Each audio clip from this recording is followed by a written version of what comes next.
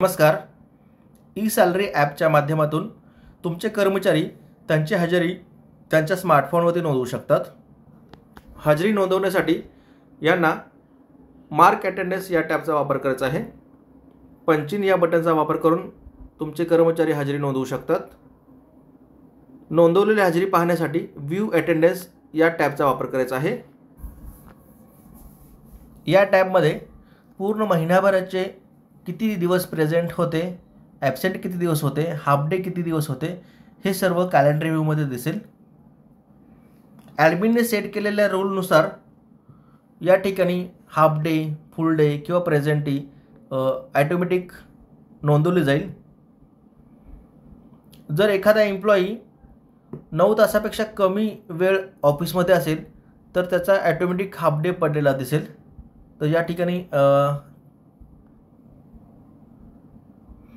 आपण बघू शकतो की हा एम्प्लॉई 9 तासापेक्षा कमी वेळ इथं ऑफिसमध्ये होता, त्यामुळं त्याचा रिमार्क हाफ डे पडलेला आहे. तर याप्रमाणे त्याची अटेंडन्स इथं व्ह्यू करता येईल. प्रोफाईलमध्ये बघितल्यानंतर त्या एम्प्लॉई त्याची प्रोफाईल इथं पाहता येईल. Personal information, current employment, shift timing ह्या सर्व गोष्टी इथं त्याला पाहता येतील. त्यानंतर व्ह्यू अटेंडन्सवरती क्लिक केल्यानंतर त्याला प्रत्येक महिन्याची अटेंडन्स इथं व्ह्यू करता येईल. जस्ट त्याला वर्ष सिलेक्ट करायचं आहे, महिना सिलेक्ट करायचा आहे आणि कन्फर्मवरती क्लिक केल्यानंतर प्रत्येक महिन्याची अटेंडन्स त्याला इथं पाहता येईल. त्यानंतर वर्क रिपोर्ट हा ऑप्शनसुद्धा यामध्ये दिलेला आहे. एम्प्लॉईला जर सुट्टीची रिक्वेस्ट पाठवायची असेल तर लिव्ह रिक्वेस्टवरती क्लिक करून रिक्वेस्ट सेंड करू शकतो. या ठिकाणी कोणत्या तारखेला सुट्टी हवे, कोणत्या तारखेपर्यंत हवे ही सेट करू शकतो. कोणत्या प्रकारची सुट्टी हवे हे सिलेक्ट करू शकतो आणि त्याचं रिझन टाईप करू शकतो.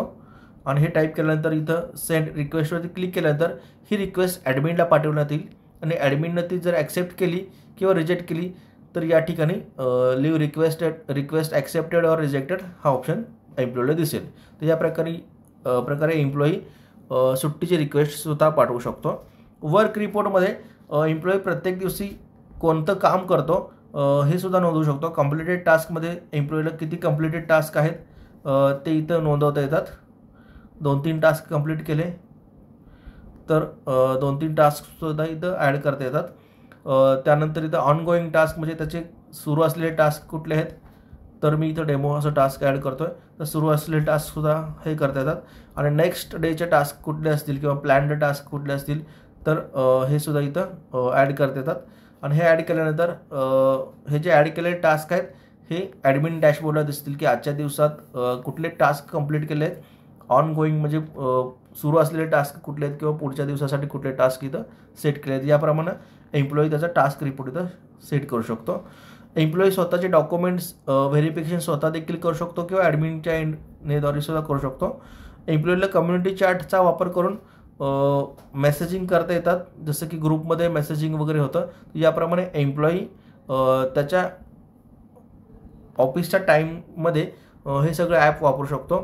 यामध्ये लोकेशन ट्रॅकिंगचा वापर करून एम्प्लॉई ऑफिस टाईममध्ये कुठं असतो किंवा कोणत्या ऑफिसच्या प्रिमायसेसच्या बाहेर वगैरे गेलेलं आहे का हे ॲडमिनला समजू शकतं. यासोबतच एम्प्लॉई ज्यावेळी ऑफिसच्या बाहेर पडतो किंवा एम्प्लॉईचं ऑफिस टाईम संपल्यानंतर त्याला ऑफिस सोडायचं असतं ते तो मार्क अटेंडन्समध्ये जाऊन पंचआउट करू शकतो, जेणेकरून त्याचा टाईम इथं बंद होईल. याप्रमाणे पंचआउट या ॲपचा वापर करून एम्प्लॉई स्वतःची हजेरी नोंदवू शकतो. धन्यवाद.